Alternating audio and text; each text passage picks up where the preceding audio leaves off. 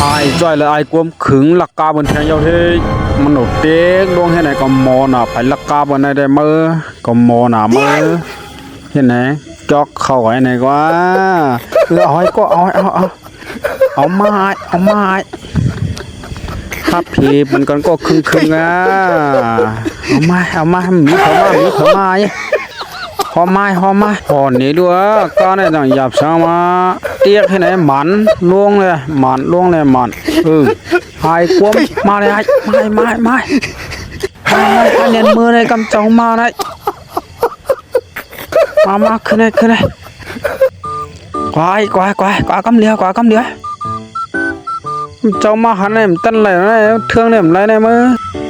จอยได้น้ำเต็มเตือนเขาไผ่ลักได้เขาได้หมอหน่อมือว่าไหนมาเลยสูมือไหนเด้มือเหลี่ยเฮือนเฮากันเนาะขี่ก้ามือกันเฮาได้เนาะมือเหลี่ยมือเฮือนเฮากันปัดในเด้เนาะเริ่มมือเฮือนสุดเสียมันต้นไล่ยังก้าเอากองเราได้มาก้าเอาไว้กันได้มือกันได้ก้าปีสูหายไปแล้วล่ะเพลิงมาเอาก่อนไปได้มาต้นไล่อยู่เนี่ย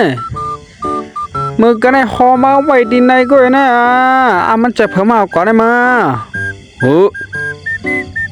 มีกวนมาหลักเตะนายมันเป็นเผอมา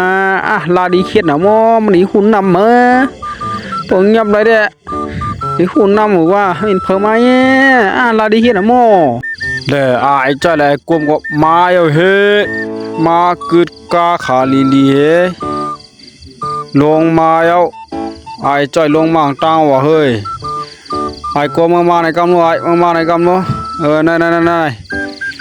ก็ได้ปันเงินมานะนายเงินนะก็ปันมาเลยนะนำหนาเอาไว้มาเอาเงินมาเอาเงินเมื่อก็เดียวกานะเงินต่ำเมื่อมากาในเป็นดักเขามาเลยเงินเมื่อก็เดียวกาในก็เดียวเอากาเมื่อกับเอาเงินอะไรกันนะเอาโป้กับเมื่อดำดักไอ้ปอกหม้อเมียวงมเจอจอยในลาลิเคียดยามอยู่หักหลังก้อยหน่อยได้มามึงไกลมาเด็กปนก็ครึ่งนะไม่หุ่นนำเมื่อรัดเจ้าหนัวสลายอย่างพมันลักก้าวก่ากับหัวเนี่ยเก่าเห็นนะว่ากวงวัดเลียนมาเฮ็ดมารัดเจ้าว่าเฮ็ดดอกเฮ้ยปีสังดอกปีสังก้าปีสังอันไว้กันนะเขาหัวว่ามันเป็นพมันลักกว่ามาก่อจำคาเดกันนี่เลยเขาหูก็ว่ามันเป็นพม่าน้องสาวมาเขาหูเขาหันว่ามันเป็นพม่าละก้าบิสังขนาไอ้เจ้าได้ไปหูตัวให้น้ำเต็มเตยหอกก้าก็เฮงกงมาในบิสังมาในคาเดนี่เลยเราเข้มไหนก้าในเข้มไหนว่าคนมันลักเดี๋ยวมันเลินมาเนี่ยมันมีดังนานเนี่ยเขาเปิดเนี่ยกำดิมังไหนก็เนี่ยเปิดเนี่ยจอกเนี่ยเปิดเนี่ยจอกเนี่ยกำเด็กขี่กามาเนี่ยแหละไอ้จอยเนี่ยมันจืดหอยจอยเนี่ยมันลาลีเคียดอะไรนะอยู่ลักกาไว้ไหนเนี่ยนะไอ้จอยเนี่ยไอ้แก้มว่าขลีนอนมานี่มาวะ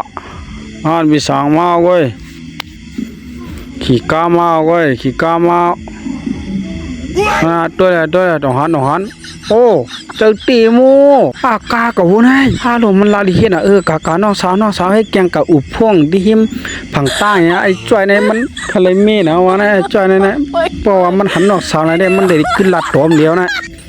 เลยเมีปลงทะเลเมีนะวะนะฮัลโหลผ่านได้มาฮัลโหลมาจุ๊บแอมนะผ่านนะชื่อว่านะฮัลโหลมันได้กลางเลยได้มานั่งก็แบบมีเมียนะเมียนกันลีนะเมื่อมีการหลายก็ได้เขาเนี่ยแบบมีเมียก็ได้น้องสาวได้กันลีจ้าเขาเนี่ยปีสังแล้วก็ขี้กาทั้งหลังมันเนี่ยไอ้จ้อยในป้อมเป็นสาวในมันอุบเปื้อนในกาว่าใครย่อยกว่าเนื้อมันหู้หรอว่าเปื้อนกับขี้กาทั้งหลังมันเนี่ยไอ้จ้อยไม่หูนำเมื่อเหรอเขาก็ได้กันเลี้ยงนะเด็กถึงปีเหมื่อเริ่มมีเพื่อกันเลี้ยงจ้าเขาแหละมีเพื่อมาหับเลยมามีหลายยันหมายพวกไอ้โน่ไหนก็ กำเดมาหับกาบ่มือถึงเฮือนเนี่ยก็กำเดมืออาบน้ำอาบน้อยมากขึ้นกำเดียวน่ะมาหมายพวงอินกะแล้วอะโอเคกำเดมาหับเลยน่ะไอ้จ้อยบ่ม่อมพักหลังก็ได้ก่อนลั่นไอ้เจ้าหัวมื้อมาคักหลังลูกบ่โอเคไปพี่จ้อยอย่าลืมมาหับน้องน่ะไอ้จ้อยได้โจมปีใจเฮ็ดเนี่ยฮอกาบันมือกามเดียวเฮ้ยโน้ยจมเนียนเขียวจะบ่ใครเหม็นรั่วบ่ได้เผ่าไหนมามีในมันจับก้าวได้เผ่าไหนมันจับก้าวเวลาจะไล่มีสิตายตัวโลโลมันจะจับก้าวได้มามีเลยมันจะไล่ยังไงตันมา